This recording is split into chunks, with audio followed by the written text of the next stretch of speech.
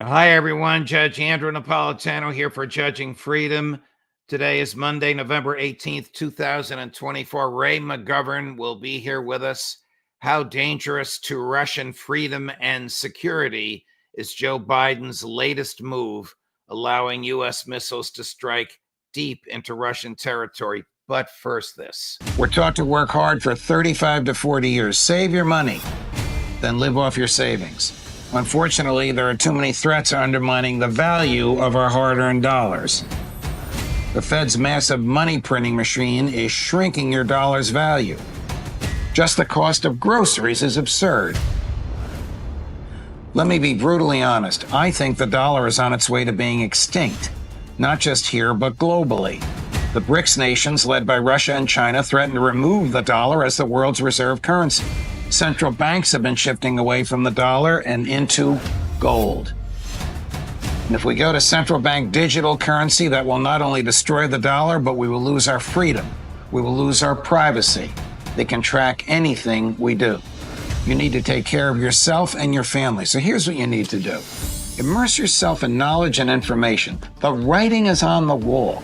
Now is the time to consider shifting some of your dollars into gold and silver as your bedrock financial asset. Call my friends at Lear Capital, the leader in precious metals, investing for over 27 years. They help me diversify into gold and silver. They can help you too. Call Lear today at 800-511-4620. 800-511-4620, or go to LearJudgeNap.com. Ray McGovern, welcome here, my dear friend. How reckless do you perceive President Biden's decision announced over the weekend, or whoever made the decision, probably more likely Jake Sullivan and Tony Blinken, to allow the Ukrainians to use American offensive weaponry to strike inside of Russia? You're right, Judge. It's almost certainly Blinken and Sullivan and some of the hardliners there. Reckless? Well, yeah, very reckless, but I would say feckless as well, because it's not going to change anything. We've known that for some time. Most of the Russian facilities have been long since removed from the area that would be covered by ATACMS missiles. Those are 190 miles, okay? There are other indications that this is a sort of not reckless, but desperate move on the part of these satraps of Biden to see if they can provoke Putin into doing something really stupid. Now, my prediction is that Putin's a pretty smart guy. He's not going to be provoked. He's going to see how these things are used, if they are used, if they're using Kursk or elsewhere. Then he's going to decide, well, I'll just up the ante. I'll continue destroying what's left of the energy infrastructure in Ukraine. I may threaten to maybe take out a supply base in Poland or Romania, but I won't do that. Let's wait. This is clearly an effort to upstage Trump to make it more possible for him to deal on Ukraine. So let's keep our powder dry. Let's see what happens. We will not be provoked. That is my prediction. What happens if the Russians attack the equipment, and the equipment is being installed, maintained, managed, operated, whatever verb you want to use, by Americans, and some of them get killed? Well, if it's in Ukraine, that's fair game, isn't it? I mean, yes, it is. Legally, it is. Yes. They've been attacking that helter-skelter, at will. And one has to realize that the air defense capability of Ukraine is nil, nichevo, and nada, okay? So the Russians still have fair range to do what they want.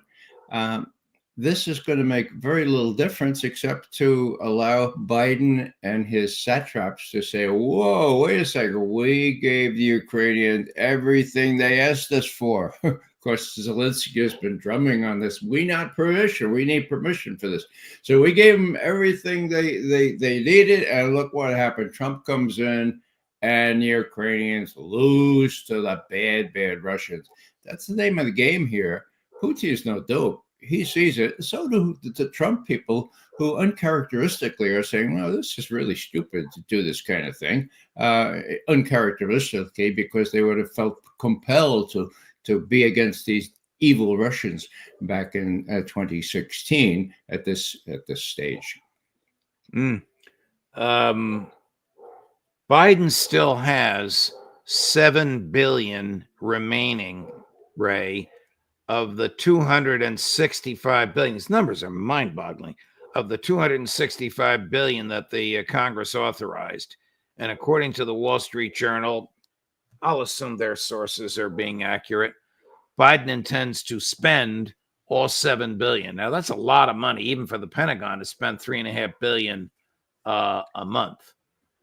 Well, Judge, $2 billion of that will go to Zelensky. $1 billion will go to Zelensky. Another $1 billion will go to the other satraps that are still there in Kiev. They'll put them on their aircraft and get out of Kiev as soon as Trump and Putin come to terms. $7 billion, by the time it gets into weaponry that we make here in the United States, it's not going to get there in time, number one. And it's just, more gravy for the military-industrial complex. And, if Biden doesn't understand that, well, maybe he does, and he's just trying to create the illusion that he did everything he possibly could for Ukraine. And look what Trump has done now, made a deal with Russia. Trump is going to make a deal with Russia. It depends on how much the Russians are willing to be flexible on it. I think they will show more flexibility than they have in the past. But that's what Biden was trying to say. I did everything I could. The bad Russians were stymied by my authorizing of these ATACMS and these Storm Shadow missiles. And look, Trump came in and screwed the whole thing up. Do you really think he is trying to create a wider conflagration so as to make Trump's entry into the White House complicated and even miserable? Well, yes, and that's where reckless comes in.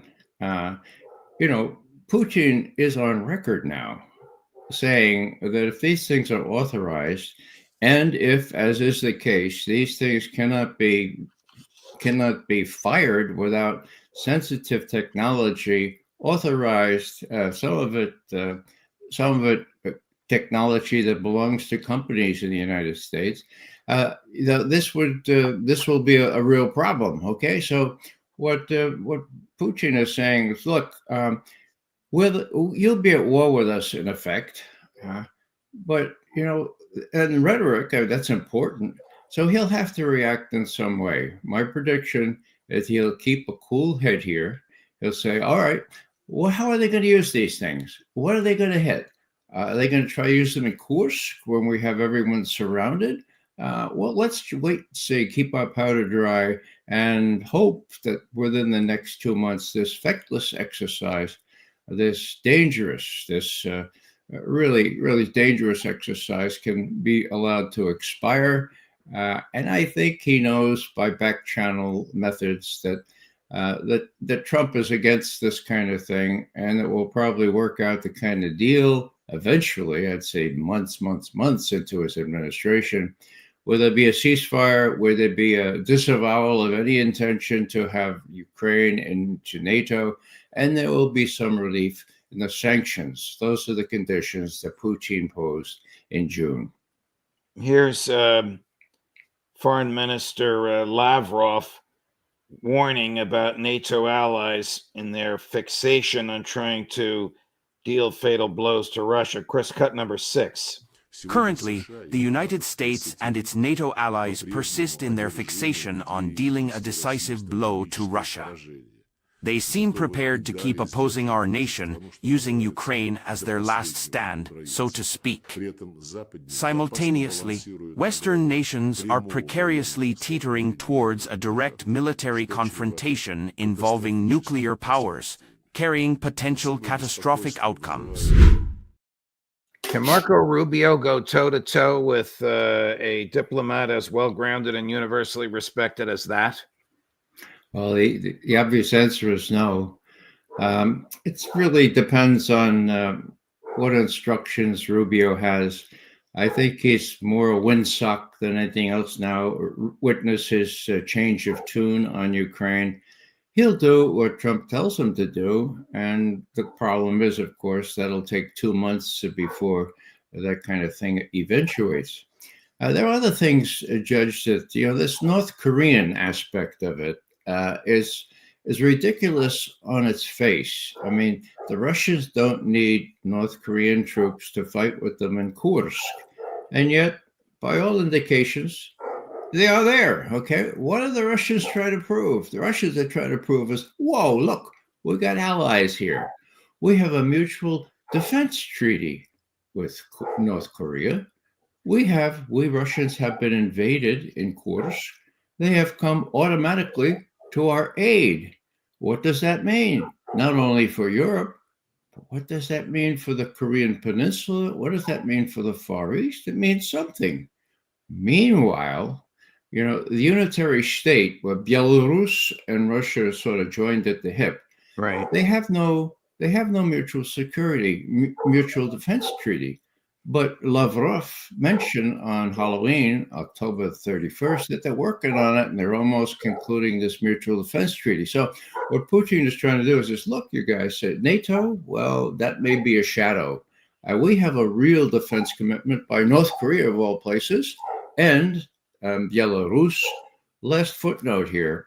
There's been some verbiage in the New York Times about, the North Koreans still have not mastered the technology that they need to reach important sites in the United States with their intercontinental ballistic missiles. False.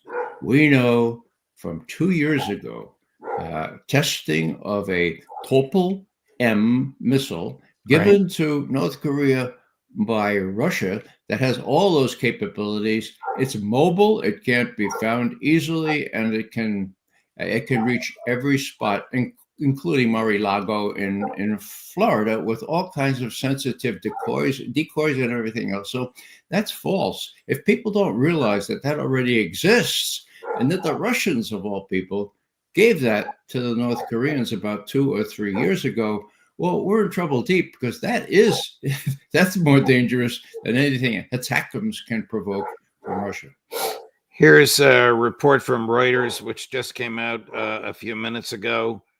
The Kremlin said on Monday that Russia would respond to what it called a reckless decision by Joe Biden's administration to allow Ukraine to fire American missiles deep into Russia, which it said would draw the United States directly into the conflict. Now I'm going to quote Dmitry Peskov, the official spokesperson for President Putin. Quote, "It is obvious that the outgoing administration in Washington intends to take steps to continue adding fuel to the fire and continue to provoke tension around this conflict," closed quote, Mr. Peskov. No surprise there, Ray.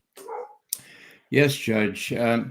Curiously enough, on Saturday, so the day before this was announced in Washington about Biden approving these longer range strikes, the Russians mounted, I think it was unprecedented number of missile strikes on Ukraine, using every kind of missile in their arsenal, and destroyed a whole lot more of Ukrainians' infrastructure with respect to energy. Okay, now it's going to be a cold winter, and I hate the hell to see that this kind of thing is being inflicted on Ukrainian civilians. But that's about the only thing they have left to hit. That is the Russians. That's what they'll continue doing. And with no air defense capability on the part of the Ukrainians, the Russians can do that at will. I think at very most, there's a remote possibility that the Russians or Putin will feel kind of honor bound to do something more drastic. But I think he would limit that to hitting maybe a base in Poland or Romania, from which these weapons pour in. I don't think he's going to do that.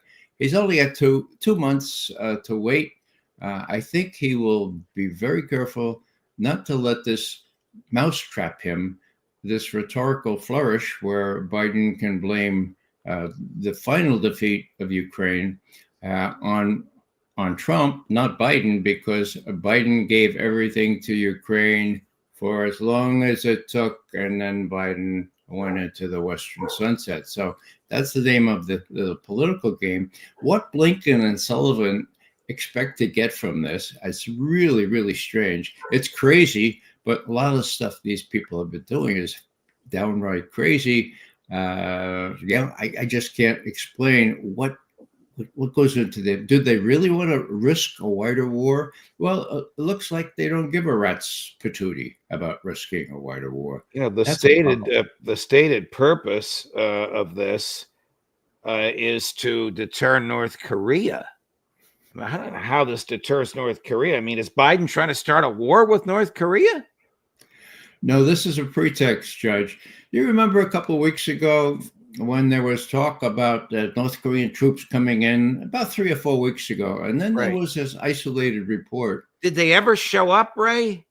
Well, I have to assume, since everybody's saying, including the Japanese prime minister and the Koreans and everyone else, I think there are North Korean troops in Russia and probably in the Kursk Oblast. But number one, they're not needed, and number two, this is just Putin's way of demonstrating. Look, we got allies. We got very powerful allies. Look at the North Korean army. And if you haven't really analyzed North Korea's ICBM capability right now, you might want to do that too, because that's on the record. Who was it? Tony Sullivan. So we're going to look into that. We're going to look into that. That was almost 2 years ago when they fired these test missiles that are identical to very, very sophisticated Russian ICBMs.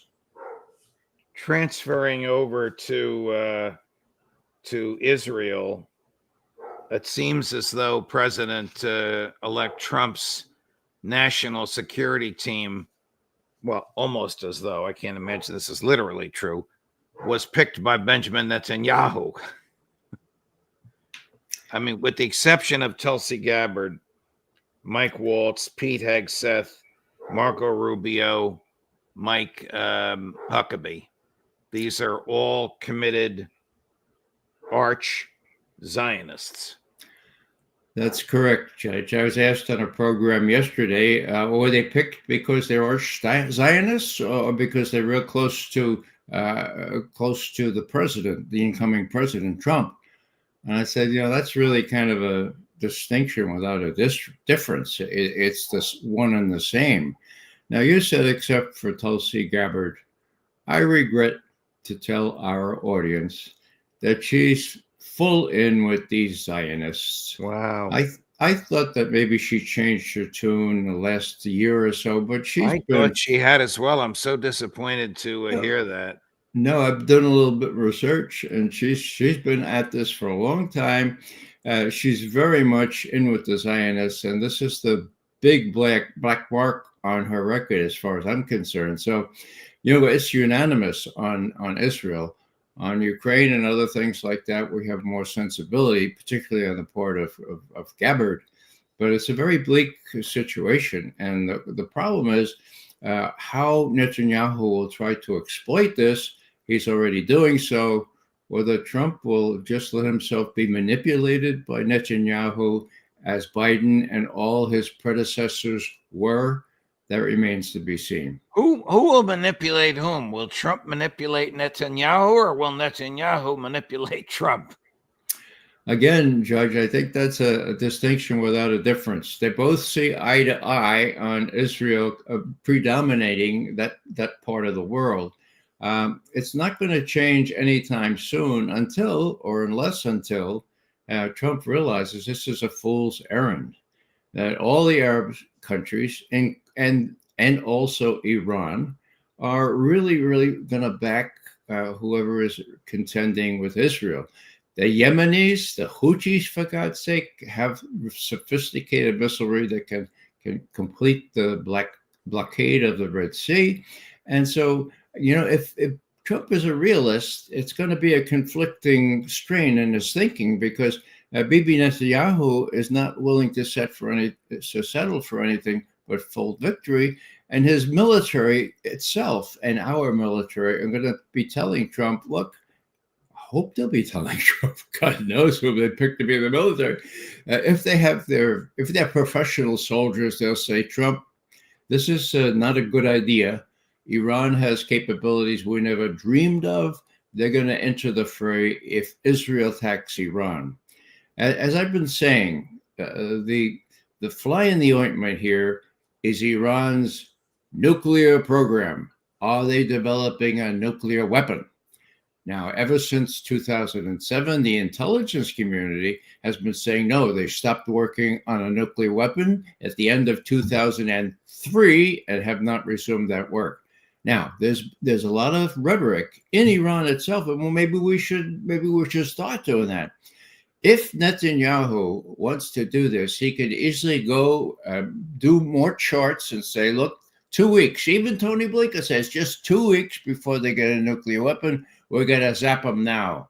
That would be suicide because Iran has the capability to destroy Israel, a capability they have not enjoyed in the past. I gather that Dmitry Peskov is speaking as we are, because here's his latest statement.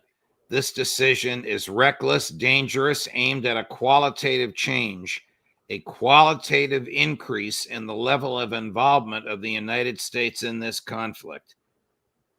That, if Dmitry Peskov says it, correct me if I'm wrong, Ray, that means that Vladimir Putin has authorized it. Well, yeah, that's right. But Putin said the same thing on the 12th of September. Right. He said this changes. This is Putin through Peskov after the announcement was made yesterday. Right. But before the announcement, namely on the 12th of September, Putin said exactly the same thing. This changes the whole business here. If these longer range missiles are authorized, there will be a whole change and we will have to weigh the consequences. Those were pretty much his words. Now that came on the 12th of September. On the 13th of September, Biden had the good sense to deny the use of Storm Shadow missiles by Britain when Keith Starmer came into the White House and talked to him, and that didn't stick because now they're trying to give Zelensky everything he demands, and Zelensky has been very, very positive, very aggressive, and demanding precisely these things. Biden, in a simplistic way, doesn't want to go out of the presidency with any charges of him having denied Ukraine as much as they need, as much as it takes, for as long as it takes. And that's why these Blinken and Sullivans played on that. And rest assured that this is a qualitative change. But my point is that Putin already said that. How Putin will react, I don't think he's going to be provoked. I think he will see it for what it is. Besides that, there are a limited number of ATACMS and HIMARS, and they have limited range. So most of the Russian facilities have long since been moved out of range, and the range of these ATACMS is just 190 miles. Look at the map. They're nowhere near Moscow or any major facilities. A Russian lawmaker named Maria Butina, Butina, said the following to Reuters. Biden's administration is trying to escalate the situation to the maximum while they still have power and are still in office. I have great hope that Trump will overcome this decision if this has been made, because they are seriously risking the start of World War III, which is not in anybody's interest. I have met Maria Butina. She was the one, you may recall, Judge, that was wrapped up on flimsy pretenses as being a Russian agent because she was pushing NRA type things. And it was just really concocted. She was kept in prison. I went to her arraignment. It was shameful. And then she was let out and went back to Russia and became a member of their Duma. So she speaks with some knowledge of what the U.S. will and what it wants to do, and I think she's right on base here in saying that this is something that they're trying to blame eventually the Trump administration because the die is cast. Russia is winning despite all the assurances from CIA Director Bill Burns and National Intelligence Director Avril Haines a year and a half ago. No, Putin has not lost, Avril. Bill, Putin has pretty much won. Now, will he accelerate his advance to the Dnieper River? Why? It's just working just fine. Very few Russian troops are being killed. He's going to just keep going. What do they call it? You just chip by chip by chip. And meanwhile, since Ukraine has no air defense, these missiles will keep raining down because far from running out of missilery, as Avril Haines claimed a year and a half ago, Russia has all the missiles that they can do strikes such as they did Saturday night, every other week if they wish to. And it's going to be a very cold winter in Kiev, from which I take no pleasure. But right. That is the retaliation that I expect from Putin. Thank you very much, Ray McGovern. Always a pleasure, my dear friend. We'll look forward to seeing you at the end of the week with Larry Johnson. Thanks, Judge. Of course. The aforesaid Larry Johnson coming up at 11 o'clock this morning. Scott Ritter at 4 this afternoon. And tonight at 7, I'm moderating a debate between Max Blumenthal and Darren Beattie. Are the Trump appointees or nominees neocons in disguise? Are the neocons not in disguise? Max says they're neocons and they'll bring us down. Darren says they're not, and they're the changes that Trump promised. They will be debating here and elsewhere at 7 o'clock tonight. Judge Napolitano for Judging Freedom.